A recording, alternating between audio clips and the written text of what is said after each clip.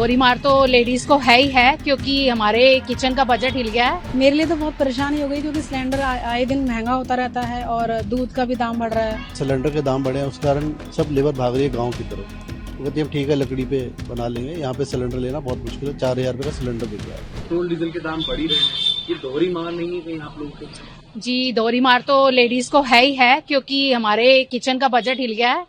हम जो मतलब कि पहले खुले दिल से काम करते थे, बजट में राशनिंग करते थे, उसमें हमारे को बहुत टाइट हो गया मामला। जेंट्स से भी कितना ही मांगे, कि जेंट्स भी कहते हैं कि आप इसी में ही गुजारा करिए, हम इसका क्या कर सकते हैं। बट इसका कोई सोल्यूशन होना चाहिए। हम अपनी गवर्नमेंट से यही कहना चाहेंगे कि हमको इंडिया में रह के वो फैसिलिटीज मिलनी चाहिए जो हम बाहर वाले देशों में कंपेयर करना चाहते हैं, कि वहां इतना अच्छा सिस्टम है।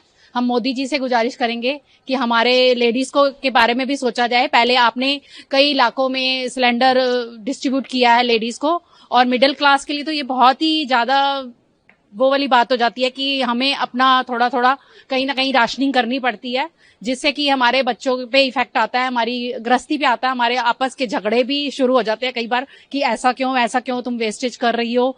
तो हमें उसके लिए भी थोड़ा सा कंट्रोल करना पड़ता है अपने आप को। तो हमारे लिए थोड़ा थोड़ा सोचा जाए, हम तो यही कहते हैं। और जैसे हैं खुश हैं, बट थोड़ा सा इफेक्ट पड़ता है किचन राशनिंग के लिए। का बजट भी बिगड़ जाता होगा जब दाम बढ़ जाते होंगे, कैसे आप संभालती हैं? मेरे लिए तो बहुत परेशानी हो गई, क्योंकि सिलेंडर आए दिन महंगा होता रहता है और दूध का भी दाम बढ़ रहा है। हर चीज में महंगाई है, बच्चों की फीस भी हाई हो गई है, लेवल की पढ़ाई हो रही है। तो इसलिए मैं चाहूंगी थोड़ा सा लिमिट में सरकार थोड़ा सा सोचे हमारे बारे में, कि आम महिलाओं के लिए परेशानी है। थोड़ा सा मैं सोचूंगी थोड़ा बजट में आए। Thank you. रोजी जी, एक महिला का पूरा बजट लेके चलती है। पहले तेल के दूध के दाम बढ़े, अब बिल्कुल। सिलेंडर फिर 29 रुपए बढ़ गया है। बिल्कुल। आपके लिए कितना मुश्किल होता है घर को मैनेज करना? मेरे लिए बहुत मुश्किल होता है। एक्चुअली पहले मैं जैसे वर्किंग थी, और अभी मैं लास्ट ईयर 1 साल से रिटायर हुई हूँ। तो जब तक वर्किंग में थे तो इतना सोचती नहीं थी उस तरफ कि भाई मेरे को ये महंगाई लग रही है, कुछ हो रहा है। जब रिटायरमेंट हो गई, इवन मेरे को पेंशन भी मिल रही है, लेकिन फिर भी वो बजट से हमारे जो है ऊपर है। सिर्फ जो है बीजेपी सरकार ये कर रही है कि महिलाओं को बसों में फ्री है, तो वो एक पक्ष में नहीं चलता। घर की जो और जरूरतें हैं उसको भी मतलब कि हम लोगों के हक में होना चाहिए, कि सिलेंडर महंगा हो गया, गैस पेट्रोल महंगा हो गया, कहीं जाना होता है तो हस्बैंड को सोचना पड़ता है कि जाएं और फिर ऐसा होगा, क्योंकि हर चीज के लिए जो है हम लोगों को घर में किस मैनेजमेंट से चलना पड़ता है, हर चीज देखनी पड़ती है। पहले भी कमर्शियल सिलेंडर्स की भी जो है दिक्कत दाम बढ़ गए थे, अब घरेलू सिलेंडर के भी दाम बढ़ गए। कितना मुश्किल होता है आप जैसे लोगों के लिए काम कर पाना? देखिए, दिक्कत तो होती है, क्योंकि पहले दिक्कत यही आ रही थी कि सिलेंडर नहीं मिल पा रहे थे, बड़ी मुश्किल से मिल रहे थे। कहीं ना कहीं जो डिस्ट्रीब्यूटर हैं उनकी मनमानी भी होती थी। फिर गवर्नमेंट ने रेट बढ़ा के दिया, हम उसमें भी खुश थे कि चलो मिल रही है चीज, उसे मिलना चाहिए। अब देख रहे हैं कि 29-30 रुपए लगभग बढ़ चुके हैं दोबारा। तो उससे कहीं ना कहीं आम जो पब्लिक है शहरों में, मुझे नहीं लगता, मैं ईमानदारी की बात करूं, शहरों में मुझे नहीं लगता किसी को भी इतनी बड़ी परेशानी होगी। हाँ, गांव के एरिया जो रूरल एरिया है वहां पर उनको परेशानी जरूर होगी। और सबसे बड़ी बात यह है, लोग इस पर हाहाकार कर रहे हैं। ये वो चीज है, ये प्राकृतिक चीजें जो हमारे देश में नहीं बनती। अगर ये हमारे देश में आपका भोजन उपलब्ध हो रहा है, राशन बन रहा है, ये सब चीजें हो रही हैं, गेहूं चावल ये हमारे देश में उगता है। ये जो सोर्सेज हैं हमें बाहर से खरीदने पड़ रहे हैं, ये उन देशों से लेने पड़ रहे हैं जहां आज की डेट में लड़ाई झगड़े हो रहे हैं। लोगों को भी समझ आ रही है कि ये हमारे देश में नहीं उग रहा, इसलिए हमें यहाँ परेशानी है। जब हमें पूरे वर्ल्ड में इसकी प्रॉब्लम हो रही है, सिर्फ अकेले देश हिंदुस्तान में नहीं है। लोग, विपक्ष के लोग ये जरूर कहते हैं, हम देखते रहते हैं आपके चैनलों में भी, कि वो ये कहते हैं कि ये इलेक्शन थे तो इसलिए नहीं बढ़ाए थे। मैं कह रहा हूँ धन्यवाद है मोदी जी का, उन्होंने 4 महीने हमें राहत तो दी। अगर इसके मुकाबले अन्य देशों की बात करें, वहां अगर सिलेंडर यहाँ 1000 रुपए का भी मिलेगा ना, तो वहां 2000 रुपए का रेट है। तो उनके मुकाबले हमारे देश में तब भी लोगों को फायदा ही मिला है, नुकसान नहीं मिला। जी, पहले पेट्रोल डीजल के दाम बढ़े, उसके बाद हमने देखा कि तेल के, खाने के तेल के, दूध के दाम भी बढ़े, 29 से 30 फिर 31 हुए, अब 29 रुपए फिर घरेलू सिलेंडर पे बढ़ गए हैं। एक आम व्यक्ति के लिए घर का जो मैनेजमेंट है किचन का, महिला के लिए तो मुश्किल होता ही है। आप लोग इस महंगाई को कैसे देखते हैं? नहीं, बिल्कुल सही है कि अभी जो रिसेंटली रेट बढ़े हैं उससे एक थोड़ा सा फैमिली बजट के ऊपर तो असर पड़ता ही है।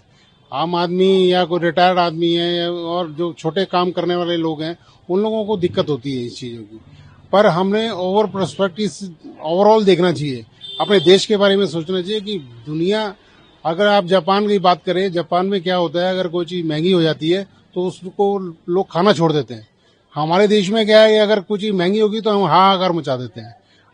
अभी रिसेंटली आपने देखा होगा, इंडियन ऑयल ने अंडमान निकोबार में एक नया सोर्स वहां पे मिला है हमारे को तेल का, तो उसके बाद अपोजिशन पार्टी उसमें ऑब्जेक्शन कर रही है कि क्यों इस चीज को क्यों किया जा रहा है, जबकि हम आत्मनिर्भर होंगे। इनकेस अगर वहां पे तेल के 4 कुएं और लगेंगे तो हमें बाकी खाड़ी देशों से तेल नहीं मंगाना पड़ेगा।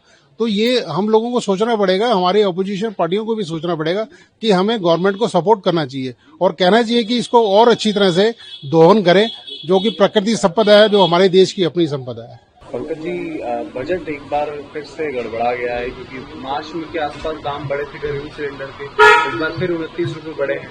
पहले पेट्रोल डीजल के दाम बढ़े, फिर तेल के, दूध के। आप इस बढ़ती महंगाई को कैसे देखते हैं?